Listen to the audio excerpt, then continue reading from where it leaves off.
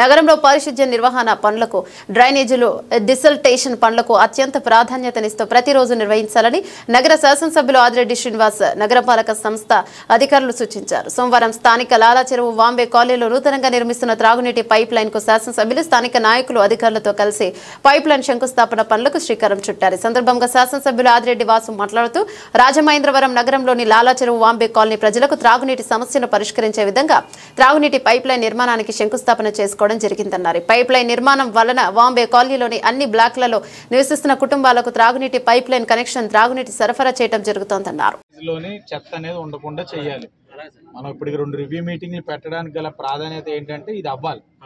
అది అయ్యిందనుకోండి, drainage water ఎంత పైనుంచి ఫోర్స్ వచ్చినా వెళ్తుంది. కనీసం మీకు ఇంక చెత్త ఉందంటే ఇంక డ్రైనేజ్ వాటర్ ఏం వెళ్తుంది, రోడ్ ఎక్కుద్ది, వీళ్ళకి ఇళ్లలోకి వస్తుంది. మళ్ళీ అఫీషియల్స్, ఇంజనీరింగ్ వాళ్ళు పెట్టి నేను వస్తాను. మనం చూసి అధికారులు ఉండి మనం నిర్ణయం తీసుకుంటే ఒక లెక్క.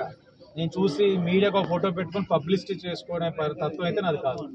అధికారులు రివ్యూలో ఉన్నారు, వాళ్ళు వస్తే ఇటు తీసుకెళ్తాను. వాళ్ళు రాలేదు కాబట్టి రేపెల్లుండి మళ్ళీ పెడతాం.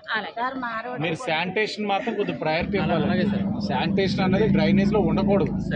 మీరు డీసెల్టీకి రెగ్యులర్ ప్రాసెస్ చేయాలి. మ్యాన్ పవర్ అడ్జస్ట్ చేసుకుంటూ తిరగడమే.